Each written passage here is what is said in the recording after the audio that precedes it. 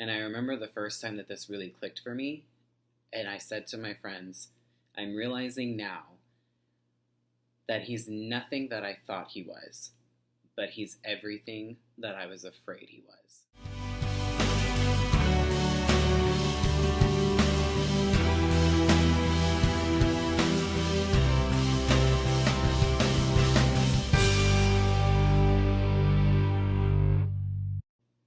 I want to talk about a phrase that we oftentimes say after we get out of these unhealthy relationships, whether they're toxic, narcissistic, manipulative, whatever label we want to use.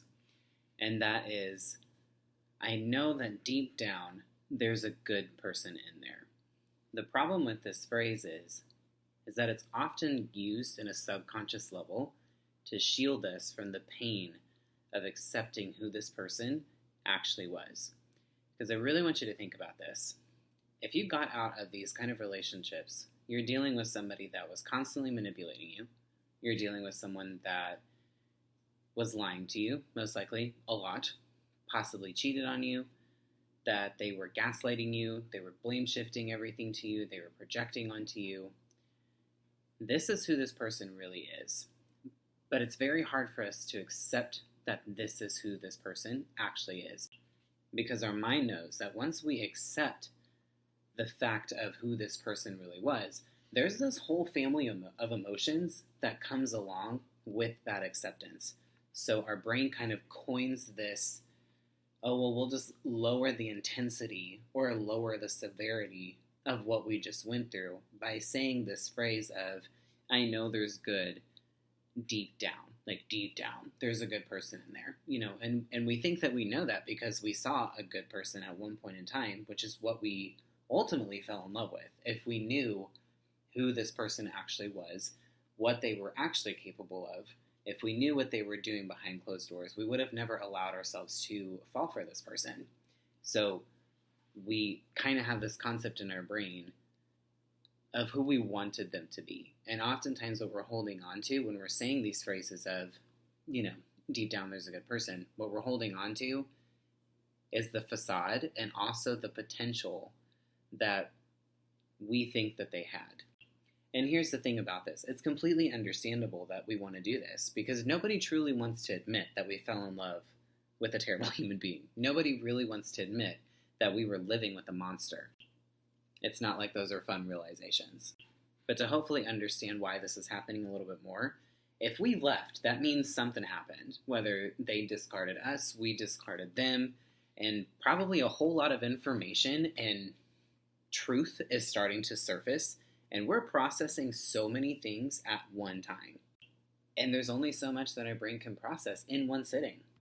So at least when I was saying this phrase a lot, I think what was going on is that I was having to process all of the immediate things that were happening. I had to process the actual traumatic event of when I kicked him out. I had to process the things that I found out he was lying about, some of the things that he was doing behind my back. And then I found out about the cheating. And I had to process a lot of this instant things that had happened before I could get to the place where I could process what kind of person that he actually was. And I remember the first time that this really clicked for me, and I said to my friends, I'm realizing now that he's nothing that I thought he was, but he's everything that I was afraid he was. And I don't know if this is the situation for everybody, but I know for me, there were so many parts of me that knew, deep down, I knew who this person really was, but I just wanted to be wrong. I wanted everybody else to be wrong about them. I was really seeking out to prove everyone else wrong about him, and I just fought so hard for that.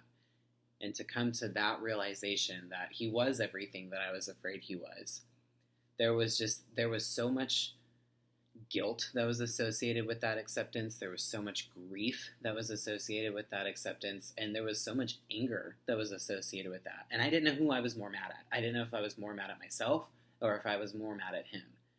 So I'm telling you this because if you find yourself saying this phrase to yourself, to other people, just understand someone that did all of these things to you, someone that did all of these actions against you, someone that violated you in a way that this individual violated you, that is not a good person.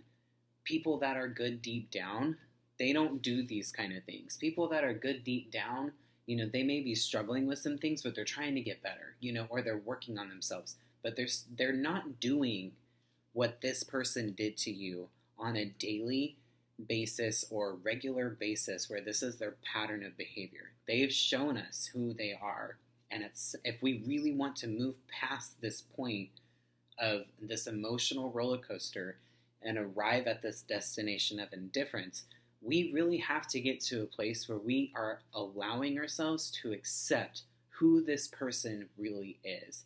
And I know that is, trust me, I've walked through this. I know that is much easier said than done, and it's not a fun process, but it is so incredibly necessary for the healing journey.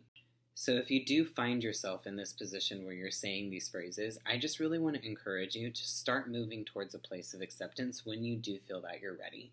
And understand that you don't have to reach acceptance all in one sitting. Sometimes acceptance happens in phases. So maybe you just accept certain parts of who they really were, and then you process that, and then you move on to a little bit more until you are able to accept really who they are as an entire human. But just speaking from experience, the longer that we wait and the longer that we put off this acceptance because we're avoiding the emotions that are a consequence of this acceptance, the more prolonged the healing process is going to be. Now, with that said, if you guys do need some advice on how to move to that place of acceptance and feel like content around that would be helpful, then please do let me know in the comments below. Outside of that, just make sure that you are subscribed to my channel so you can get the exclusive content that's only here on YouTube out of any of my channels. And as always, I just really appreciate you guys allowing me to be a very small part of your healing journey.